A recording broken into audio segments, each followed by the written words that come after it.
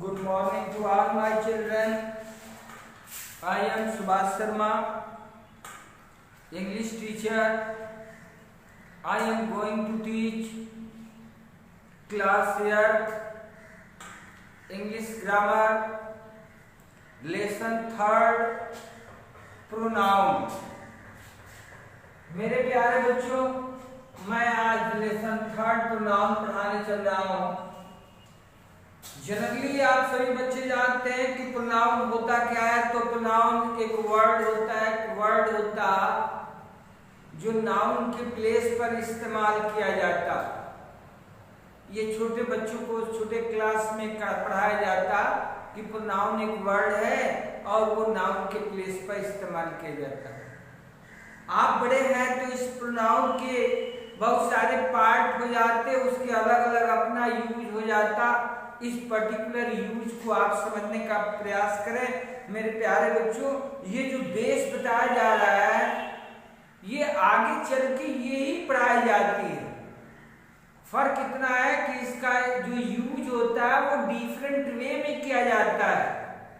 The use of the pronoun in the different way, the student mostly confuse how the pronoun is used in the sentence. इस sentence में कैसे pronoun का इस्तेमाल हुआ, the confusion is created in the mind of the student. And today I am clarify about the pronoun and part of pronoun also.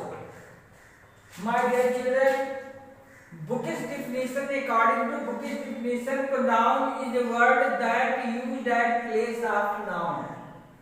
और जब noun being replaced, known as the antecedent of pronoun, antecedent of pronoun. एक problem आता है, कहते हैं कि antecedent क्या है?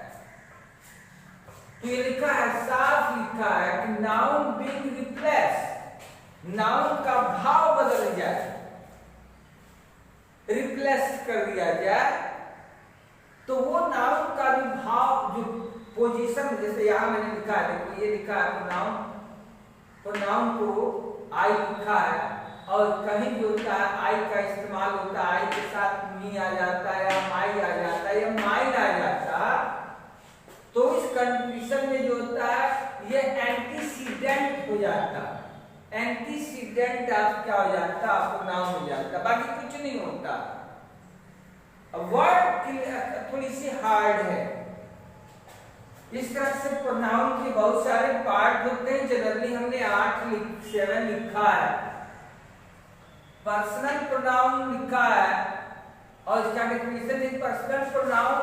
ये जो प्रोनाउन जो होता है एसोसिएटेड विद क्या होते हैं, मिक्स होते हैं। पर्सन होता है, थिंग्स होता है, ग्रुप होता है।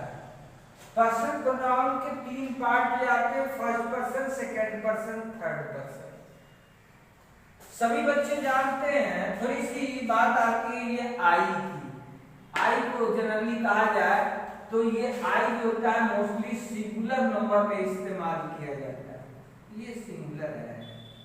और वही वी जो होता है वो प्लूरल है।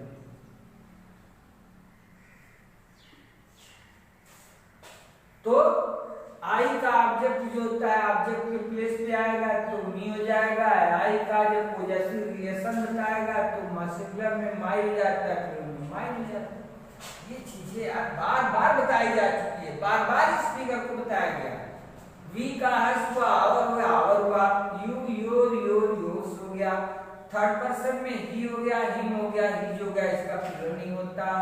सी है तो हर है, हर्ष हो जाता। दे है तो ऑब्जेक्ट देम हो जाता। पॉजेसिव सिंगुलर में जो होता है देयर होता है, प्लूरल में होता है देयर। इट का वही क्वेश्चन चला।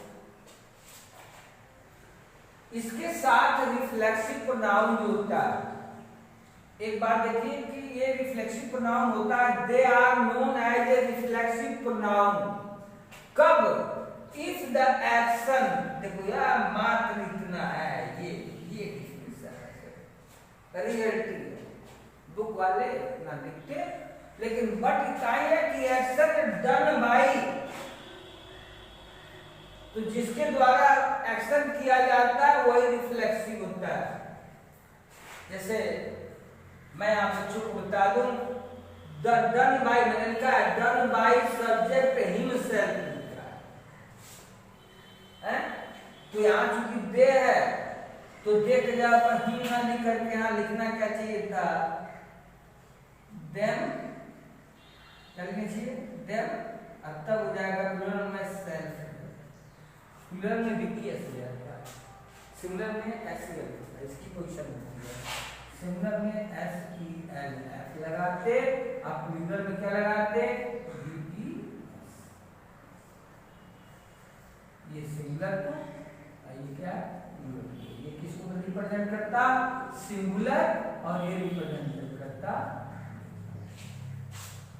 तो जैसे Mohan read this book himself, ये बुक खुद पढ़ता है, तो ये आपका रिफ्लेक्सिव प्रोनाउन हो गया। सेम जो होता है रिफ्लेक्सिव प्रोनाउन के तरह से इंफिनिटिव प्रोनाउन जो होता है, देखो फर्क क्या है, फर्क इतना है कि सब्जेक्ट के बाद यदि myself, himself, themself, ourself, जब किसके साथ आ जाए, सब्जेक्ट के जस्ट बाद आ जाए, तब ये क्या हो जाता, इंफेटिक हो जाता।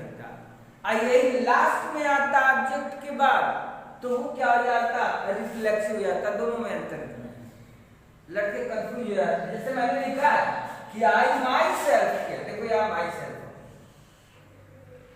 आई my self saw him at the spot, मैंने खुद उसको जो था स्पॉट पे देखा था। तो ये सब्जेक्ट के साथ जब आ जाए तो इंफिनिटिव हो जाएगा, और वर्ब के बाद यदि आता है तो वो क्या हो जाएगा, रिफ्लेक्सिव। माइंड में दो ही चीजें, सब्जेक्ट पे आ जाए तो इंफिनिटिव हो जाएगा, वर्ब के बाद आ जाए, ऑब्जेक्ट के बाद आ जाए तो वो क्या हो जाएगा, रिफ्लेक्सिव हो जाएगा। इतना ही दिमाग में हो तो कोई प्रॉब्लम नहीं है मेरे बच्चों, कोई प्रॉब्लम नहीं। अब प्रॉब्लम है डिमॉन्स्ट्रेटिव को बार बार दिखाया जाता है, डिमॉन्स्ट्रेटिव कुछ होता ही नहीं है, वही कुल मिलाकर 4 ही वर्ड होते हैं, एक का नाम दिस है, दूसरे का नाम दैट है, तीसरे का नाम दीज है, चौथे का नाम दोज है। दुनिया में इतने ही पाए जाते। मैंने लिखा है, देखो लिखा है कि pronoun which show the distance far and near is called demonstrative pronoun. चाहे दूर बताए चाहे नजदीक बताए, दिस इज ए बॉय, यह एक लड़का है, और दैट इज ए गर्ल, वह एक लड़की है। तो कुल मिलाकर 4 ही न होते, एक का नाम दिस है, और दूसरे का नाम दैट है, और तीसरे का नाम दीज है, और चौथे का नाम क्या है, दूज है। तो ये दोनों प्लूरल होगा, ये दोनों सिंगुलर। अब इंडेफिनिट प्रोनाउन है। अब इंडेफिनिट प्रोनाउन से वर्ड है that don't refer any person, things or particular are known as indefinite, किसी को रिफर नहीं करता। आसान हिंदी शब्द आता है इन है तब डेफिनिट है, जो डेफिनिट वो ही नहीं, जो निश्चित नहीं है तो वह निश्चित ही है ना। इतने ही शब्द आता है, वन है, सम है, नन है, ऑल है, समबडी है, नोबडी है, एनीबडी है। किसको रिप्रेजेंट कर रहा है, किसी को रिप्रेजेंट कर रहा है। कौन आया, कौन कितना आया, सभी आए, सभी में कौन कौन था कोई पता नहीं।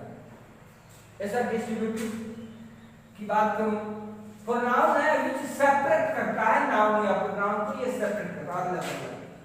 हर बच्चे को एक एक रुपया मिला, अरे अगर तुमको मिला ना मुझको मिला, तुम भी पाए मैं भी पाया, पाया हुआ, तो ईच है, आ जाएगा ना आ जाएगा, आ रहा है, तो ये डिस्ट्रीब्यूट करता है, तो ये डिस्ट्रीब्यूटिव प्रोनाउन।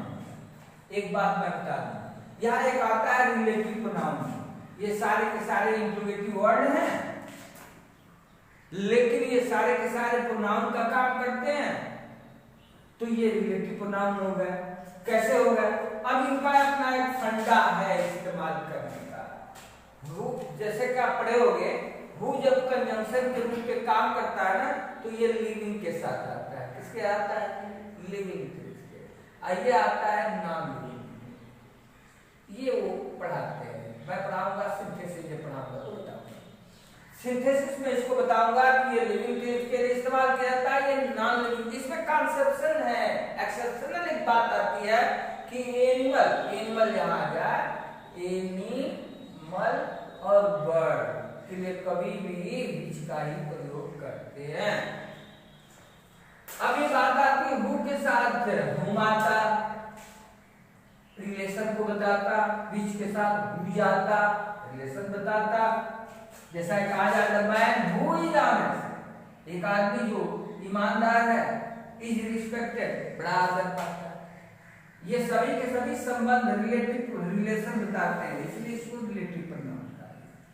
और रिलेटिव प्रोनाउन का एक नहीं होते और इसका इस्तेमाल होता है इसी तरह। अब ये चीजें एक्सरसाइज में है, आपके पास एक्सरसाइज जाएगा। आपको बुक प्रोवाइड है तो मेरा ये वीडियो सुनिए और दिल से सुनिए, और सुनेंगे तो आराम से सारे एक्सरसाइज आराम से आप करेंगे। कोई किसी बच्चे को कोई सिंगल परेशानी होने के कोई चांस नहीं, लेकिन कब, जब वो आराम से सुने, जब उस पर ध्यान दे। एक आइदर है तो पॉजिटिव सेंस देगा, आइदर है तो नेगेटिव सेंस देगा। ये चीजें जो होती हैं पहले भी बताई जा चुकी हैं, आज भी बताई जा रही है, और ये चैप्टर ही फिनिश हो जाता है। एक्सरसाइज होता है, फिर से अगले उसमें भेजा जाएगा। थैंक्स।